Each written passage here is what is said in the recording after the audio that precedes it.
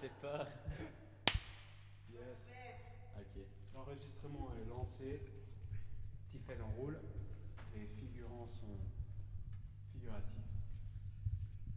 Les Mais pas que. figurants figurent. Les figurants figurent. Pour C'est donc ce reparti. Deuxième enregistrement en live de cette performance. Un projet furtif qui naquit par une belle après-midi de printemps pluvieuse à moitié. C'était plus des averses. La musique est d'Hugo Beauvais. Les textes sont de William Shakespeare pour la première phrase, d'Arthur Rimbaud pour le premier poème, de George Orwell pour le quatrième extrait de texte avant la fin, et John Donne, l'avant-dernier poème. Le reste vient de moi, Max. Ce sont mes petites pensées, les bribes de texte qui me sont venues. Et voilà, c'est l'heure de partager. Alors, sans préambule ni autre introduction, commençons. Hugo, lance la musique, vas-y.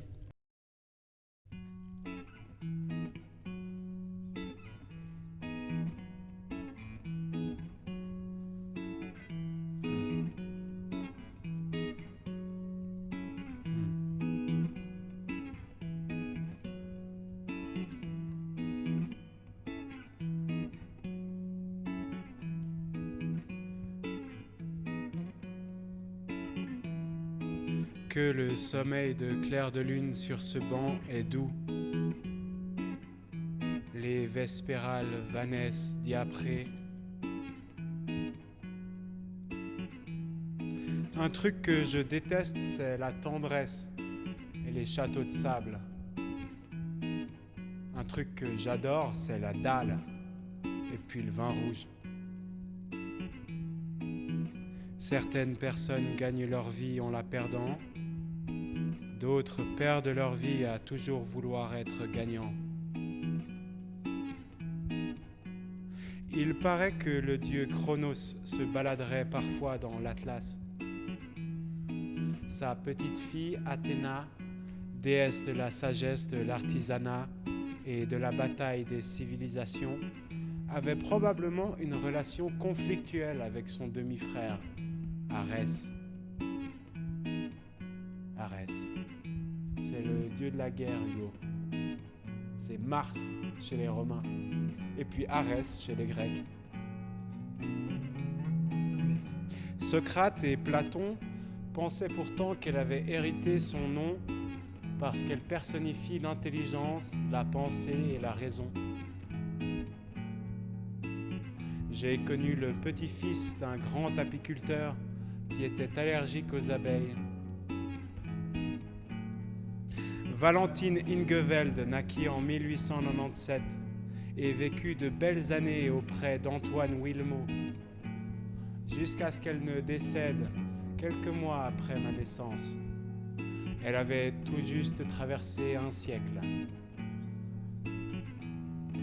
Christopher Souris quitta Citer en 1907 pour rejoindre l'Amérique. Saint-Louis, Missouri. Areti Zagnotti, couturière de la prétendante de mon arrière-grand-père, quitta l'île d'Aphrodite en 1933 avec Christopher pour s'établir dans le Maryland. Baltimore, Maryland, Ocean City.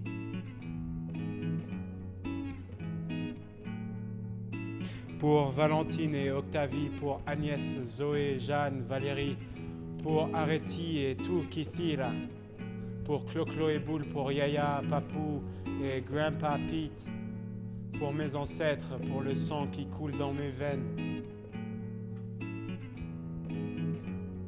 La brume remonte les flancs de la montagne en s'effilochant. Les mèches des nuages sont brossées par la cime de l'épineuse forêt. Le brouillard se repeigne avec les mélèzes et les sapins une ultime fois avant de se retirer et finalement disparaître. Il est au paradis et il a des choses à redire. Derrière le bois gentil, la maison des méchants.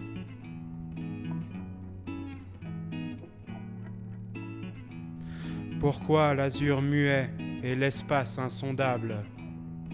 Pourquoi les astres d'or fourmillant comme un sable? Si l'on montait toujours, que verrait-on là-haut? Un pasteur mène-t-il cet immense troupeau de mondes cheminant dans l'horreur de l'espace? Et tous ces mondes-là que l'éther vaste embrasse, vibrent-ils aux accents d'une éternelle voix? Et l'homme peut-il voir, peut-il dire « je crois » ?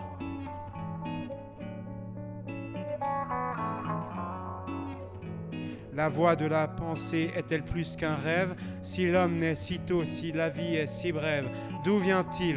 Sombre-t-il dans l'océan profond des germes, des fœtus, des embryons, au fond de l'immense creuset d'où la mère nature ressuscitera vivante créature pour aimer dans la rose et croître dans les blés? Pour aimer dans la rose et croître dans les blés.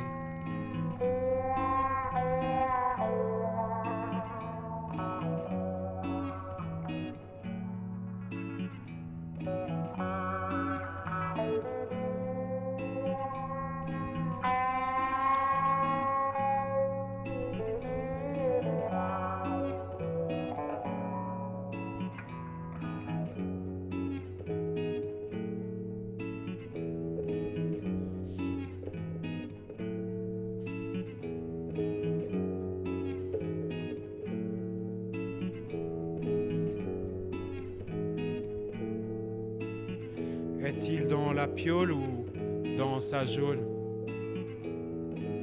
La mendicité dans la cité nécessite pour ne pas s'émouvoir une profonde cécité. Dites-moi, les puissants ne changeront donc jamais?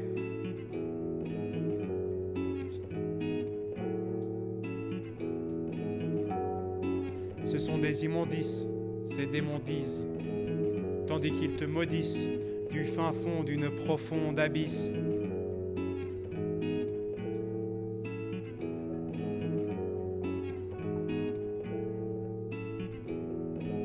Marbre de Carrare sur lequel gisent dans une mare de sang d'innombrables cadavres victimes de leur macabre mascarade.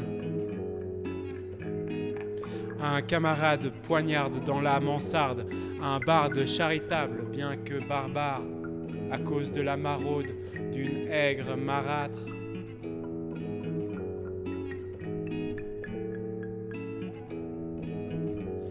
Gare au crachat du vieux crapaud rebondissant, mes douces et blanches colombes innocentes.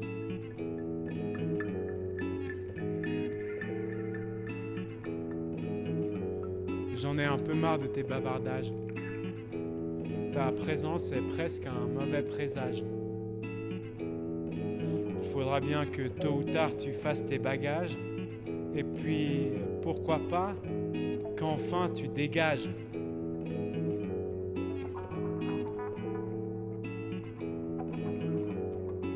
Un ahuri abruti devant un abrupt cerisier arbustif. Le piquant épicurien épique et hippique et puis plus rien. Et puis plus rien. Ou bien... Restez à l'écoute, je vous conterai bientôt l'histoire d'un funeste croque-mort clandestin dont la sanguinolente et hypocrite société ne saurait se passer.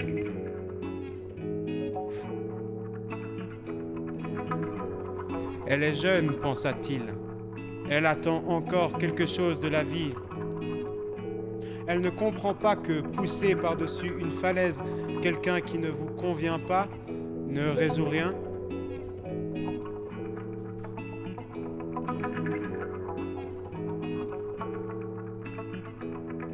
Frissonnante caresse, du bout des doigts les mains glissent sur les douces courbes de nos corps alanguis et enveloppés du silence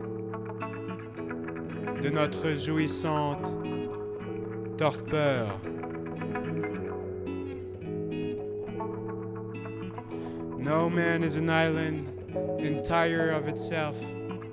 Every man is a piece of the continent a part of the main.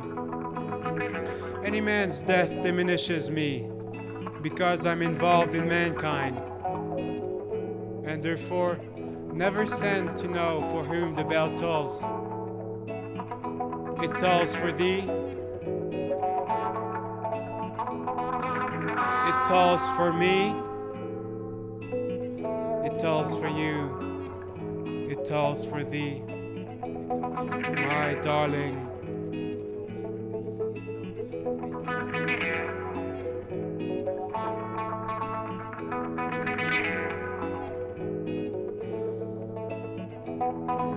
Regarde-moi si tu veux lever tes yeux et tèche de ta gueule cet air démuni. Il est grand temps de détruire de ton ego l'hégémonie. J'avais vu du feu dans tes yeux et dans ton âme une forme de pyromanie. Qu'est-ce qui t'arrive? Qu'est-ce qui t'anime? Qui t'inspire? Qu'est-ce qui t'a mal mis? Qu'est-ce qui t'a mal mis? Fais ce qu'il te plaira, comme et quand tu le voudras. C'est ce qu'aurait dit ta mamie. C'est ce qu'aurait pu dire ta mamie.